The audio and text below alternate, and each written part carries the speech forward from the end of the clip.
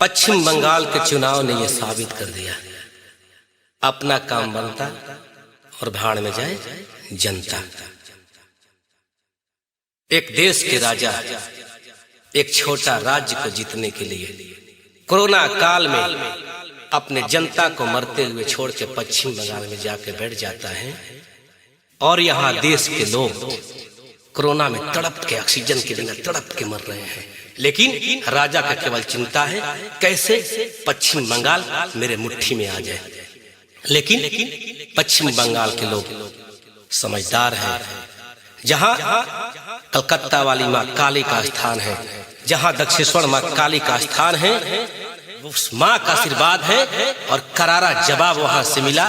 लोग बता दिए कि आपको राजा बनाया गया है देश के, तो देश की जनता का सेवा कीजिए, नहीं तो ये लोकतंत्र है, आपको हटना पड़ेगा, देश को जवाब देना पड़ेगा। और वही हाल हुआ।